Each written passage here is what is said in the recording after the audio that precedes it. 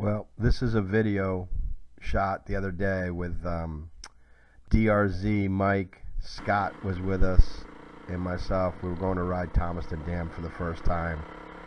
And to be honest with you, the beginning of the ride was great. It was really, I don't know, kind of easy. It reminded me of Patchogue a lot, if you've ever ridden Patchogue.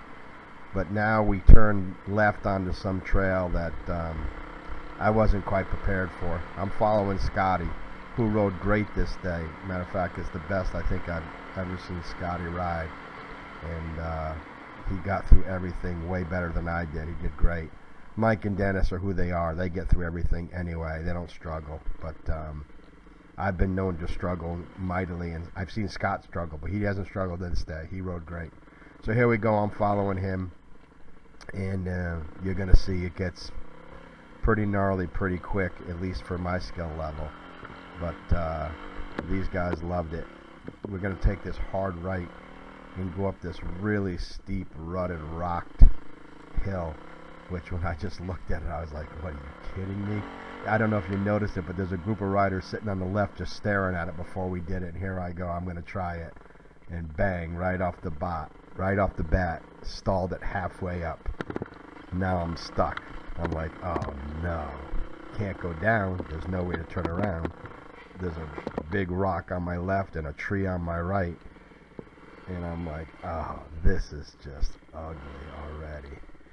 So I'm messing around trying to get it started and figure out how I'm going to get up this thing.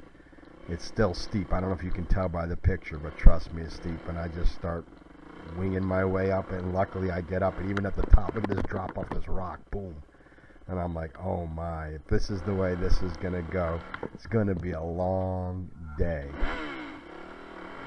So back we go. Just look at these big drops. I don't know if you can tell from the camera, but these are big, like 3-foot drop down rocks, hills, gnarly, just gnarly stuff.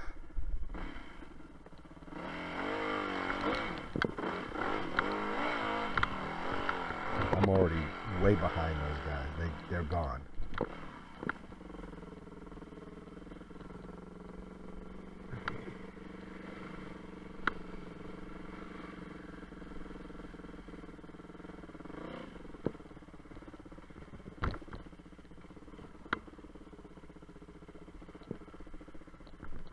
Right about here, I was starting to think, okay, maybe the worst is over. It's not going to be just an absolute disaster. But as you'll see as we go along, it's not much easier than that other hill climb for me anyway.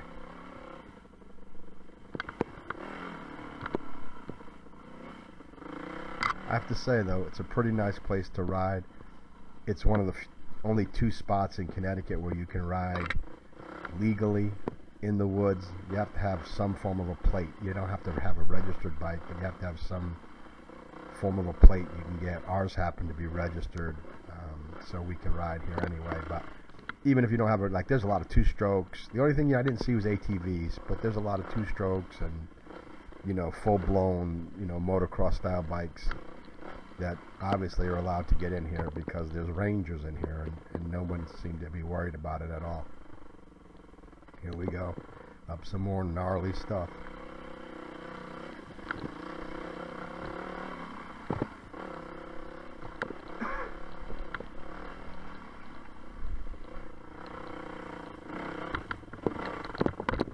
But it turned out to be a nice day. It was sunny out.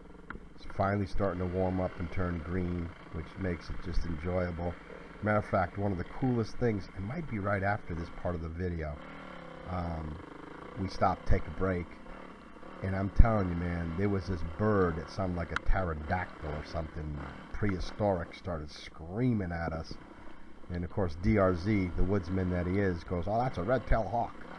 And I'm like, what the heck? And the thing was sitting in a tree right above us. Apparently maybe that's where its nest was or something, but this bird was ticked off, at least it sounded like it, and was screaming. And I don't mean like any bird you ever heard. It sounded like one of those things out of the, you know, Godzilla movies when it was just going to swoop down and kill you. And I was like, and it finally took off. It flew a little bit. It kept coming back to that tree, but it would fly and just scream at us. And you know, it's just really great to be outdoors in nature sometimes, you know, when we do stop and look around. Last time I was with DRZ, he saw an eagle, and I have never seen an eagle in the wild. And by the time I got stopped to look, it was already gone. But I mean, they're all out there. It's all out there if you get out there and look around. So I'm starting to enjoy that. It's great to be with him because he actually knows stuff. You know, maybe Scott does too. I think Mike's more like me. Doesn't have that much experience in the woods. As far as what's going on in the woods with animals and stuff, I don't think he hunts. I don't hunt. So, but you know, DRZ does for sure, and he's out there all the time. Matter of fact, the funny story, it's on this video, is we stopped, and I guess we stopped in the middle of a poison ivy patch. You know, who knew? Only DRZ knew. I'm like, what do you mean? He goes, look all around, and this poison ivy was so thick it had grown up the trees, and he was telling me that it can have. It almost looks like a giant vine. I always thought poison ivy just stayed on the ground, but no, man, it's huge. Anyway, back to this video. As you can see already, I'm puzzling over going down this thing, going, okay, how's this going to work? And down over this little rickety bridge, back up this pretty steep climb. Thinking, okay, you know, getting somewhere, slow but sure for me. And it's tight. It's off camber, as you can see, downhill in places, extremely rocky. Just typical, I guess, New England, Connecticut, rough stuff.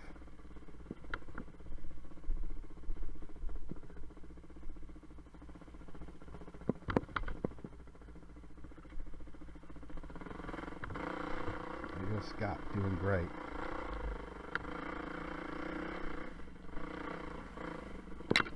Bang, we're out of that section.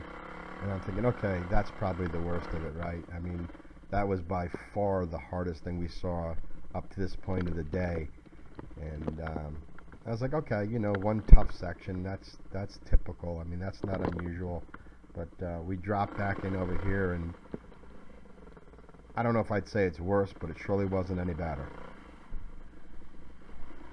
But for guys like Mike and Dennis, and I assume Scott too, maybe, me to a lesser extent, this is what makes it kind of fun, when it's at least challenging. I don't like it when it's over my head because I struggle, and then I get tired. And then once I'm tired, I'm pretty used up. I don't bounce back. You know, these guys bounce back. For me, I drop the bike a couple times, or, you know, really have to work super hard to get through sections. I'm pretty much done after that, and just want to go home and go to bed. But other than that, I get the fact that it's fun to, you know, to battle something that you haven't battled before, climbing something you haven't climbed, or just getting over big rocks you haven't had to cross over before.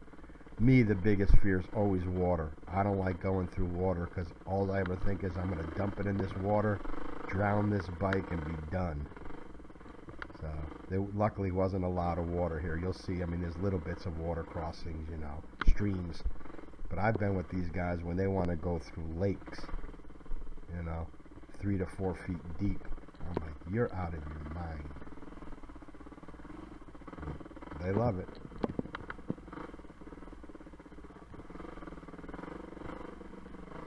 As usual, doing me a favor, waiting up for me to catch up. You know, it's pretty cool. I don't know if I've had Scotty on video before. As a matter of fact, I know I haven't. He's riding this Husqvarna. I think it's 500 cc, and they say it's lighter than my WR250F, and it's crazy. I mean, it's pretty nimble. You'll see he goes right up everything. You'd think with a 500, you know, cc bike, it would be heavy, and you know, you'd have to battle. I mean, look at this stuff he's going up. He floats right over it. That bike, pretty crazy. You know, they definitely put some effort into the technology to make a big motor in a light package that still handles. Yeah, great. Here I go. Hung up again. Muttering to myself as usual.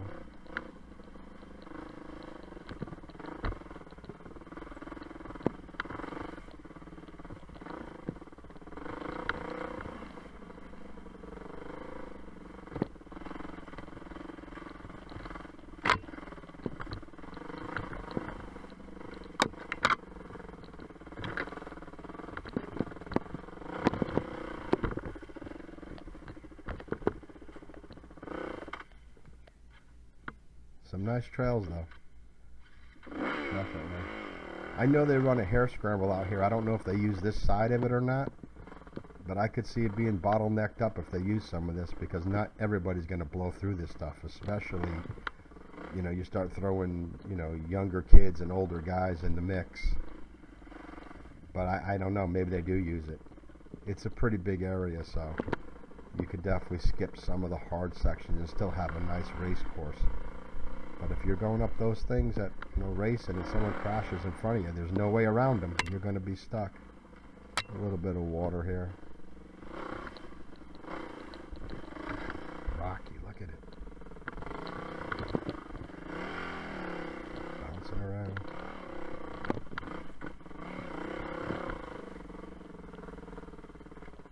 Yeah, we get to this section, and I watch those guys struggle and don't make it up at least the first time. I think Mike has to come and help Scott pull his tire, and I realize right here this is probably where I get Mike to come ride my bike up this section.